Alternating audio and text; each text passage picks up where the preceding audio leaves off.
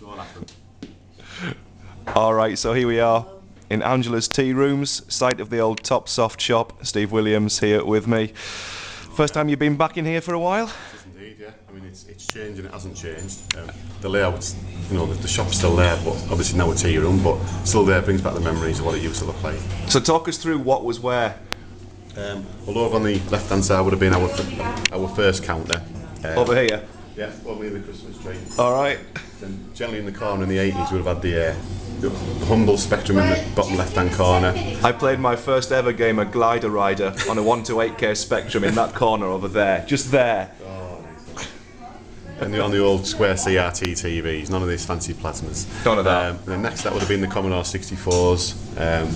Come around from there, I remember having BBT Model Bs and Electrons, MSXs at one point, Amstrad CBCs, God, and then later on it turned into Atari STs and Amigas as new computers come out.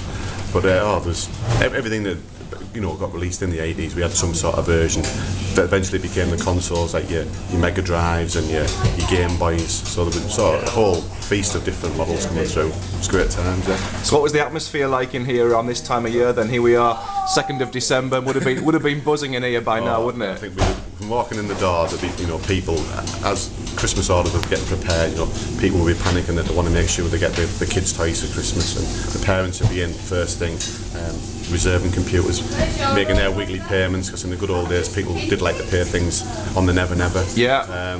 And we'd be getting daily deliveries of all the latest games and orders for Christmas and getting them backed up and stored away, ready for Christmas Eve.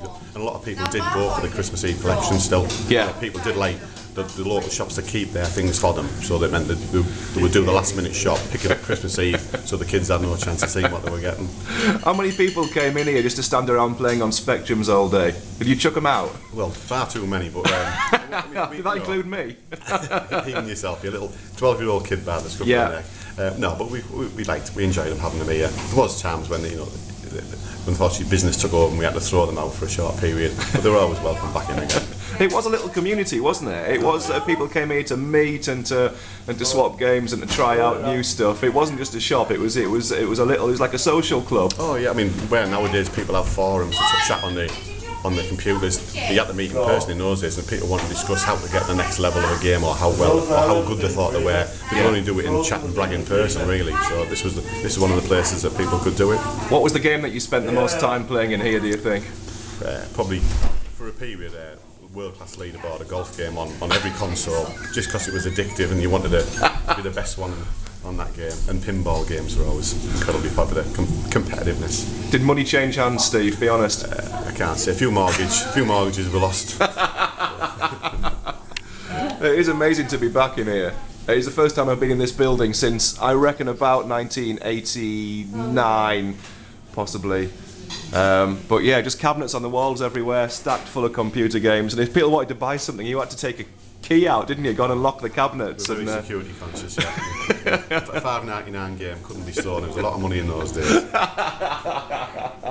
That was the exciting thing about the 80s computing industry. It was virtually a DIY industry, wasn't it? It was teenage programmers in their bedrooms writing games, and shops like Topsoft that were just like privately run shops, independent shops, and little back alleyways. It was very. That's it, for a lad to have a successful game, you might be talking hundreds of copies, not the 10 million Call of Duty copies nowadays. Yeah. That was their bread and butter. And they struggled to get their games on.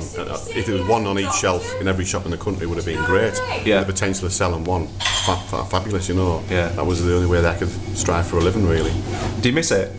I do a little bit, yeah. I mean, as I got older and it became very corporate, I was getting a bit disillusioned, but certainly wound back to what, how many years now? 25 years. Terrifying, I do isn't miss it? that, yeah. I wish I looked as young as well. In the stint. You're a fine figure of a man, Mr. Williams. There we go.